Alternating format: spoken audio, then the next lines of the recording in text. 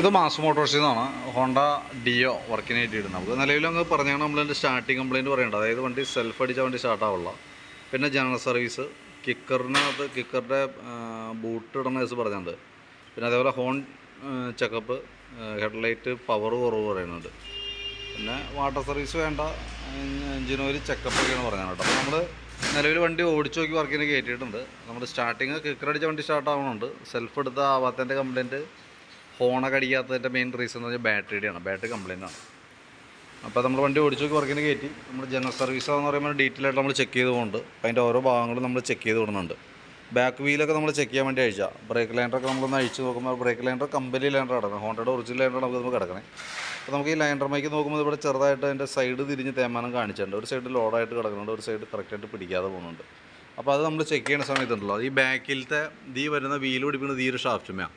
അതിൻ്റെ കണ്ടീഷൻ നോക്കുമ്പോൾ അതിൻ്റെ ബെയറിങ്ങിന് പ്ലേ കാണിക്കുന്നുണ്ട്. ചില ഭാഗങ്ങൾ പ്ലേ കൂടുതലായിട്ട് വരുന്നുണ്ട്. അപ്പം അങ്ങനെ വരുന്ന സമയത്ത് സ്വാഭാവികമായിട്ടും ഈ ഷാഫ്റ്റുമാണ് വീല് പിടിപ്പിക്കുക, ലൈനറാണെങ്കിൽ ഫിക്സഡ് ആയിട്ട് വെക്കണം. അപ്പോൾ അതൊരു കയറി ഇറങ്ങി വർക്ക് ചെയ്യാനായിട്ട് കൊടുക്കും. അങ്ങനെ വന്ന ഒരു കംപ്ലയിൻ്റാണ് ഈ കാണിച്ചാണ് കേട്ടോ. അപ്പോൾ ഈ ഭാഗത്ത് ശരിക്കും ഓയിൽ ലീക്ക് കാണിച്ചു തുടങ്ങിയിട്ടുണ്ട്. ഓയിലും പുറത്തേക്ക് വന്നിട്ടുണ്ട്. ബെയറിങ് കംപ്ലയിൻറ്റ് വരുമ്പോൾ ഓയിൽ പുറത്തേക്ക് വരും. ഇത് നമ്മുടെ ബാക്ക് വീലാണത്. വീലിൻ്റെ ഉള്ളിലേക്ക് നോക്കുമ്പോൾ വീലിൻ്റെ ഉള്ളിലൊക്കെ ഓയിലായിട്ടുണ്ട്. അപ്പോൾ ശരിക്കും കംപ്ലയിൻറ്റ് ആരംഭമാണ്, തുടക്കത്തിൽ തന്നെയാണ് ഇപ്പോൾ നമ്മളിപ്പോൾ കയറ്റിയേക്കുന്നത്. അപ്പോൾ കൈയോടെ നമുക്കത് അഴിച്ച് ഓയിൽസീൽ മാറ്റിയിടണം. അതിൻ്റെ ഓയിൽസീൽ മാറ്റാന്ന് പറയുമ്പോൾ നമുക്ക് ഗിയർ ബോക്സ് ഫുള്ളായിട്ട് അഴിക്കണം. ഈ സെക്ഷൻ ഫുള്ളായിട്ട് അഴിച്ചിട്ട് അതിൻ്റെ ഉള്ളിൽ നിന്നാണ് ഓയിൽസീൽ അടിക്കുക. അപ്പോൾ അത് ക്ലീൻ ചെയ്ത് റെഡിയാക്കിയതിന് ശേഷം ഓയിൽസീൽ ഉള്ളിൽ നിന്ന് മാറ്റി റീസെറ്റ് ചെയ്താലാണ് അത് റെഡിയാവുള്ളൂ. ശേഷം നമുക്ക് ഈ ലൈനറിനെ ഇട്ട് നോക്കാം, ഉരച്ച് ക്ലീനാക്കി സെറ്റ് ചെയ്ത് നോക്കാം. നമുക്ക് ബ്രേക്ക് ചതയോ അങ്ങനത്തെ വേറെ പ്രോബ്ലം ഇല്ലാന്നുണ്ടെങ്കിൽ ഇത് തന്നെ യൂസ് ചെയ്യാം. അതല്ലെങ്കിൽ നമുക്ക് മാറ്റിയിടേണ്ടതായിട്ട് വരും കേട്ടോ. അപ്പോൾ നമ്മൾ ഈ ഭാഗം അഴിക്കുമ്പോൾ അതിൻ്റെ ഓയിൽ ഗിയർ ബോക്സിൻ്റെ ബെയറിംഗ് അടക്കം ഫുൾ മാറ്റിയിട്ടാണ് നമ്മൾ സെറ്റ് ചെയ്യുക. അപ്പോൾ ഞാൻ അതിൻ്റെ എസ്റ്റിമേറ്റിനകത്ത് ഡീറ്റെയിൽ ആയിട്ട് അത് ഉൾപ്പെടുത്തിയേക്കാം. വീഡിയോ കണ്ടതിന് ശേഷം നോക്കിയിട്ട് പറഞ്ഞാൽ മതി. പിന്നെ നമ്മളതിൻ്റെ എയർ ഫിൽറ്റർ ചെക്ക് ചെയ്യുന്നുണ്ട്. എയർ ഫിൽറ്റർ നോക്കുമ്പോൾ കുറച്ച് പൊടിയൊക്കെ ഉണ്ട്, നമുക്ക് മാറ്റേണ്ട ഒരു ടൈമൊന്നും ആയിട്ടില്ല. നിലവിൽ ഹോണ്ടയുടെ ഒറിജിനൽ കമ്പനി ആയിട്ട് തന്നെ കിടക്കണേ. അപ്പോൾ കുറച്ചൊന്ന് ക്ലീൻ ചെയ്ത് നമുക്ക് റീസെറ്റ് ചെയ്യാം. കുറേ കൂടി ഓടിയിട്ട് മാറ്റിയാൽ മതി. ക്ലച്ച് ഭാഗത്തേക്ക് കഴിയുമ്പോൾ ക്ലച്ചിനകത്ത് 1-2 പാർട്സുകളുടെ കംപ്ലയിൻറ്റുകളുണ്ട്. ഒന്ന് നമ്മൾ ബെൽറ്റിൻ്റെ കണ്ടീഷൻ നോക്കി. ബെൽറ്റും നമുക്ക് ഇതുമ്പോൾ കിടക്കുന്നത് കമ്പനി ബെൽറ്റാണ്, ഹോണ്ടയുടെ ഒറിജിനൽ ബെൽറ്റാണ്.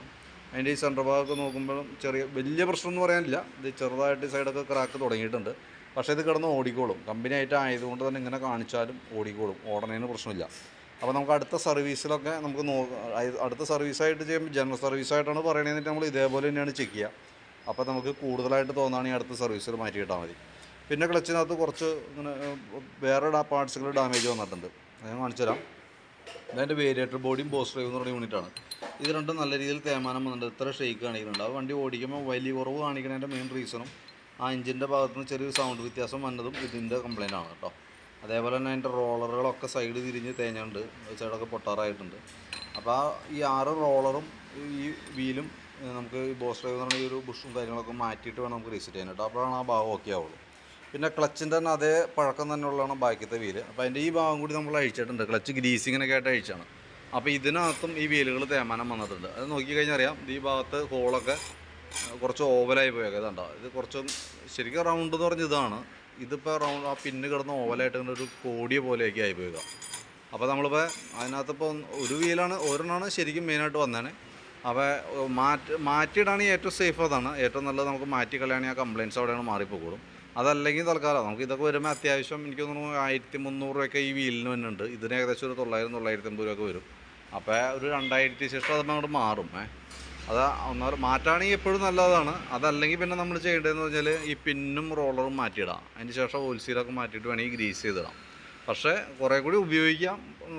കുറച്ച് കഴിയുമ്പോഴത്തേക്കും ബാക്കിയത്തെ പിന്നുകളൊക്കെ ലൂസാവും. അങ്ങനെ വരുമ്പോഴത്തേക്കും പിന്നീടാണ് കംപ്ലയിൻറ്റ്. അപ്പോൾ ഒന്നുമല്ല നമുക്ക് വീലുകൾ മാറ്റി സെറ്റ് ചെയ്യാം. അതല്ലാന്നുണ്ടെങ്കിൽ ഇതിൻ്റെ ഓയിൽസീൽ കാര്യങ്ങൾ മാറ്റിയിട്ട് ഈ റോളറും പിന്നും മാത്രം മാറ്റി റീസെറ്റ് ചെയ്തിടാം. അപ്പോൾ കുറേ കൂടി ഉപയോഗിക്കാം.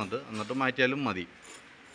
എപ്പോഴും നല്ലത് കംപ്ലയിൻറ്റ്സ് കാണിക്കുമ്പോൾ മാറ്റി കളയണതാണ് കേട്ടോ. അപ്പോൾ നമ്മൾ ഇപ്പോൾ പിന്നെ മാറ്റി ഓയിൽസീലൊക്കെ മാറ്റാമെന്ന് പറഞ്ഞാൽ നമ്മൾ റേറ്റ് എമൗണ്ട് കുറയ്ക്കാൻ വേണ്ടിയിട്ടാണ് അങ്ങനത്തെ സജഷൻ പറഞ്ഞ് ഞാൻ എസ്റ്റിമേറ്റ് ഇടുമ്പോൾ അതിനകത്ത് ഇതെല്ലാം മാറ്റുന്ന രീതിയിലുള്ള എസ്റ്റിമേറ്റ് ഇടണേ. അപ്പോൾ വീഡിയോ കണ്ട് മനസ്സിലാക്കിയതിന് ശേഷം മാത്രം നമ്മൾ അപ്രൂവൽ കൊടുക്കാം. ഓക്കെ പറഞ്ഞാൽ മാത്രം എന്തെങ്കിലും നമ്മൾ ചെയ്യുള്ളൂ. അപ്പോൾ അതിനകത്ത് നമ്മൾ ഈ പറഞ്ഞ പോലെ റോളർ പിന്നെ ഈ വീലുകളൊക്കെ അതിനകത്ത് ഉൾപ്പെടുത്തുന്നുണ്ട്. അപ്പോൾ വേണ്ടാന്നാണെങ്കിൽ നമുക്ക് ആ തൽക്കാലം വേണമെങ്കിൽ അത് മാറ്റിയിട്ട് അതിൻ്റെ പിന്നെ റോളർ ഓയിൽസീൽ കാര്യങ്ങളൊക്കെ വേണമെങ്കിൽ സെറ്റ് ചെയ്തിട്ട് ആ രീതിയിൽ ചെയ്യാം. അപ്പോൾ നോക്കിയിട്ട് പറഞ്ഞാൽ മതി. ഉപയോഗം എങ്ങനെയാണെന്ന് വെച്ചാൽ നോക്കിയിട്ട് അതനുസരിച്ച് ചെയ്താൽ മതി. മാറ്റിയിടാണെങ്കിൽ പിന്നെ ആ വഴിക്ക് തിരിഞ്ഞ് നോക്കട്ടെ. അതാണ് അതിൻ്റെ പ്രത്യേകത. മറ്റേ പാടെന്ന് പറയുമ്പോഴത്തേക്ക് അഡ്ജസ്റ്റ് ചെയ്യുമ്പോൾ ഇടയ്ക്ക് നമ്മൾ അഴിക്കുന്ന സമയത്ത് കംപ്ലയിൻറ്റ് ഉണ്ടെങ്കിൽ അപ്പോൾ നമുക്ക് മാറ്റിയിട്ട് അങ്ങനെ ചെയ്യും. പിന്നെ അതിൻ്റെ ചോക്കിൻ്റെ കേബിളൊക്കെ നമ്മൾ ചെക്ക് ചെയ്തു, നിലവിൽ കുഴപ്പമൊന്നുമില്ല. ആക്സിലേറ്റർ കേബിൾ വേറെ കംപ്ലയിൻ്റ് ഒന്നുമില്ല.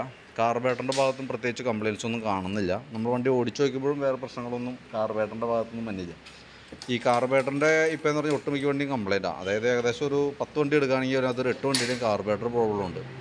മെയിനായിട്ട് അതിൻ്റെ മെയിൻ പ്രശ്നം ഓവർഫ്ലോ, പെട്രോൾ ഓവർഫ്ലോ വന്നു കഴിഞ്ഞാൽ അങ്ങനെ വരുന്ന സാധാരണ രീതിയിൽ വരാറ്. അതല്ലെങ്കിൽ മിസ്സിങ്, റണ്ണിങ്ങിൽ ഓഫായി പോകും, അങ്ങനത്തെ പ്രശ്നങ്ങളൊക്കെയാണ് കാർബേറ്ററുമായി ബന്ധപ്പെട്ട് വന്ന കംപ്ലയിൻറ്റ്. അത് ഞാൻ ഈ പറഞ്ഞ ഒരു 10 വണ്ടി ഉണ്ടെങ്കിൽ 8 വണ്ടിയും കംപ്ലയിൻ്റാണ് ഇപ്പോഴത്തെ സ്റ്റേജിൽ. അത് ഇപ്പോഴത്തെ പെട്രോൾ അങ്ങനത്തെയാണ്. അതിൻ്റെ ഒരു റിയാക്ഷൻ മൂലം ഒട്ടുമിക്ക വണ്ടികളുടെയും കാർബേറ്റർ കംപ്ലയിൻറ്റിലേക്ക് വന്നിട്ടുണ്ട്.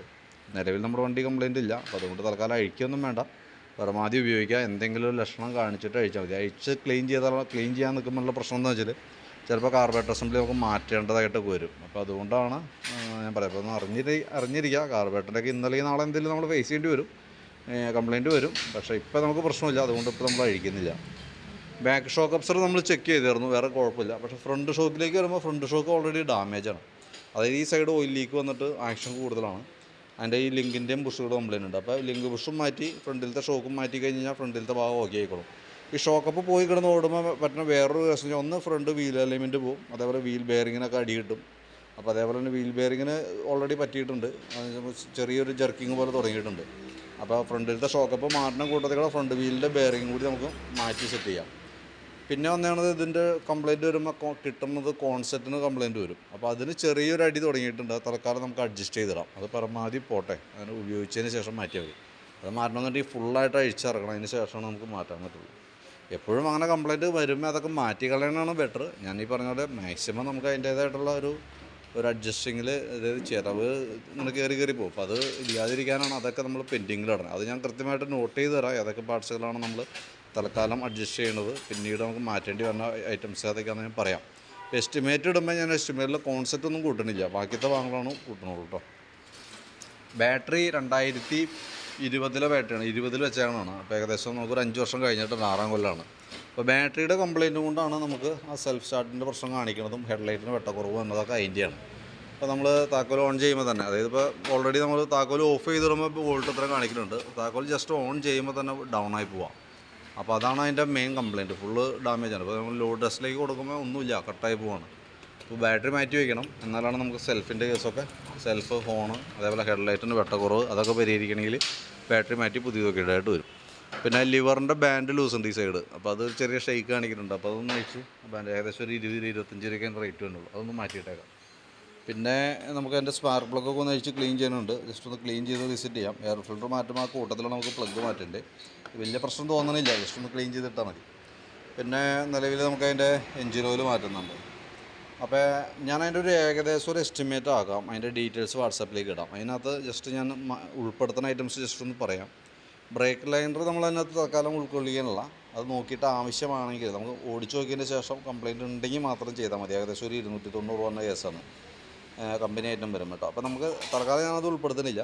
ഗിയർ ബോക്സ് ലീക്ക് ഉള്ളതുകൊണ്ട് ഗിയർ ബോക്സ് ബെയറിംഗ് അടക്കം ഉൾപ്പെടുത്തിയിട്ട് അതിൻ്റെ ഒരു എസ്റ്റിമേറ്റ് കാണിക്കുന്നുണ്ട്. പിന്നെ ക്ലച്ചിലേക്ക് വരുമ്പോൾ ഈ വീലുകൾ ഡാമേജ് ഉണ്ടെന്ന് പറഞ്ഞല്ലോ, ഇതിൽ ഈ വീല്, റോളർ, പിന്നെ ഓയിൽ സീൽ, ഓറിങ് ഐറ്റംസൊക്കെ ഉൾപ്പെടുത്തുന്നുണ്ട്. പിന്നെ ക്ലച്ചിൽ തന്നെയുള്ള വേരിയേറ്റർ ബോഡി എന്ന് പറയുന്നത് roller, boss drive, P set slide എന്ന അത്ര ഐറ്റംസ് അതിനകത്ത് കാണിക്കുന്നുണ്ട്. ബെൽറ്റൊന്നും കുഴപ്പമില്ല, അതൊക്കെ പിന്നത്തേക്ക് നമുക്ക് മാറ്റിയിടാം.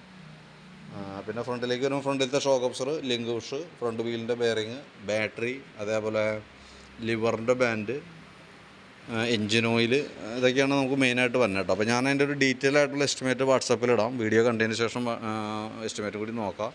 എന്തെങ്കിലും സംശയം ഉണ്ടെങ്കിൽ നേരിട്ട് വിളിച്ചിട്ട് നമുക്കത് എന്താണെന്ന് വെച്ചാൽ കൃത്യമായിട്ട് ചോദിച്ച് മനസ്സിലാക്കാം. അതും പ്രകാരം അതിന് ശേഷം മാത്രമാണ് അപ്രൂവൽ കൊടുത്താൽ മതി. അതിന് അപ്രൂവൽ കിട്ടിയിട്ടാണ് നമ്മൾ എന്തെങ്കിലും വർക്ക് ബാക്കിയത്തെ കണ്ടിന്യൂ ചെയ്യുള്ളൂ. അപ്പോൾ പരമാവധി നേരത്തെ വീഡിയോ കണ്ടതിന് ശേഷം നോക്കിയിട്ടൊന്ന് കോൺടാക്റ്റ് ചെയ്യാം. ഓക്കെ.